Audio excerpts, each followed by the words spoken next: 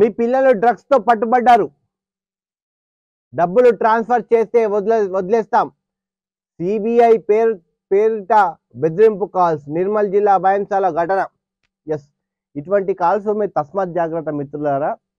ఇటువంటి మీ పిల్లలు కానీ, మీ హస్బెండ్ కానీ, మీ వైఫ్ కానీ, మీ తమ్ముడు కానీ డ్రగ్స్ కేసులో పట్టుబడ్డారు, మేము ఢిల్లీ ఆఫీస్ నుంచి ఫోన్ చేస్తున్నాం, సిబిఐలో ఫోన్ చేస్తున్నాం, సో మీరు మీ పిల్లలు డబ్బులు ఇస్తే మేము వదిలేస్తామంటూ చాలా కాల్స్ వస్తూ ఉన్నాయి.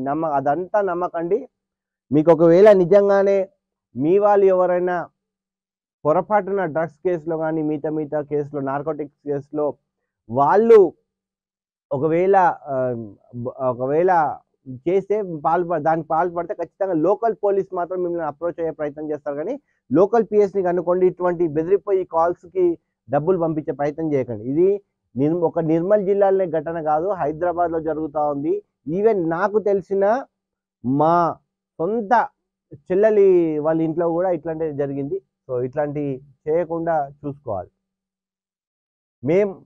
మేము సిబిఐ పోలీసులం, మీ పిల్లలు డ్రగ్స్ అమ్ముతూ పట్టుబడ్డారు, డబ్బులు ట్రాన్స్ఫర్ చేయాలంటూ కొన్ని రోజులుగా నిర్మల్ జిల్లా భైంసా పట్టణంలో పాటు మండలంలోని పలువురికి సిబిఐ కాల్స్ పేరిట వాట్సాప్ కాల్స్ వస్తున్నాయి.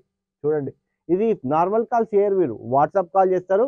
కావాలంటే ఆ వాట్సాప్ కాల్ ఏంటంటే మీ పిల్లల్లాగా వాయిస్ మాట్లాడి బాబా దేవుడా, అది నాన్న నన్ను పట్టుకున్నారని వాడే యాక్టింగ్ చేస్తుంటాడు. ఒక కాల్ కూడా మన దగ్గర ఉందా అట్లాంటిది.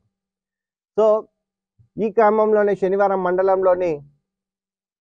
మండలం చెందిన వెంకటేష్, నీ కూతురు డ్రగ్స్ అమ్ముతూ దొరికింది, 10 నిమిషాల్లో మా దగ్గరకి రావాలి అని గుర్తు తెలియని వ్యక్తి కాల్ చేశారు. ఆందోళనకు గురైన వెంకటేష్ పాఠశాలకు వెళ్ళి చూడగా అమ్మాయి క్షేమంగానే ఉందని తెలుసుకొని ఊపిరి పీల్చుకున్నాడు. పట్టణంలోని బట్టి గల్లీకి చెందిన ఓ వ్యక్తి కూడా ఫోన్ రాగా అతను డైల్ 100 ద్వారా పోలీసులకు సమాచారం ఇచ్చాడు. విద్యార్థులు లక్ష్యంగా చేసుకొని వారి తల్లిదండ్రుల పేర ఫోన్ నంబర్లు, ఊరు పేరు చెప్తూ ఫోన్ కాల్స్ చేస్తున్నారు. వీళ్ళిద్దరికి వచ్చినాయట కాల్స్.